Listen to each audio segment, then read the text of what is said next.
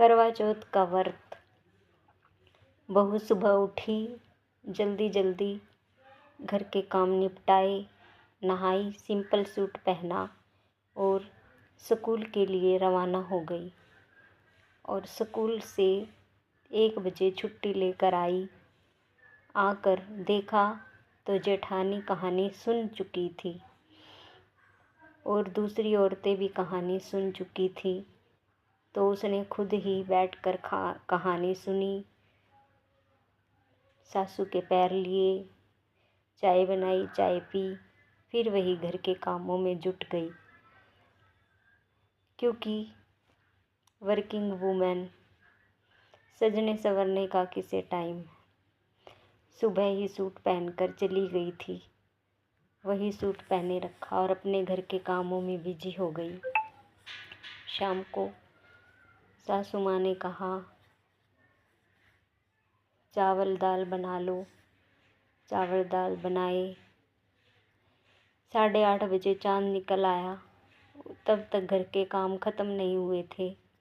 वो लगी हुई थी रसोई में, और एक जेठानी बाहर, देवरानी रसोई में। चांद निकल आया लेकिन अब तक खाना नहीं बना था। बीच में चांद को अर्घ दिया, फिर सारे परिवार को खाना खिलाया।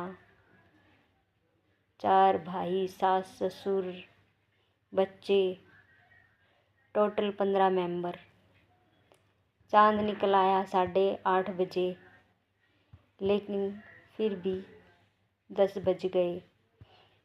सासू माँ को उसकी थाली दी, पैर लिए, सबका मान सम्मान किया और सबको खाना खिलाने के बाद देखा तो चावल तो बचे ही नहीं थे।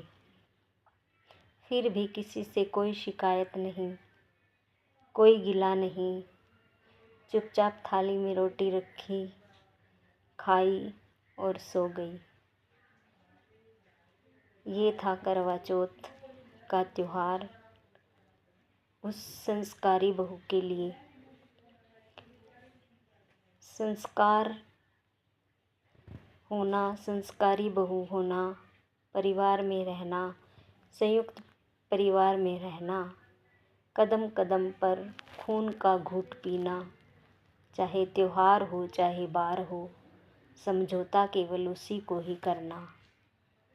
ये है संस्कारी बहू।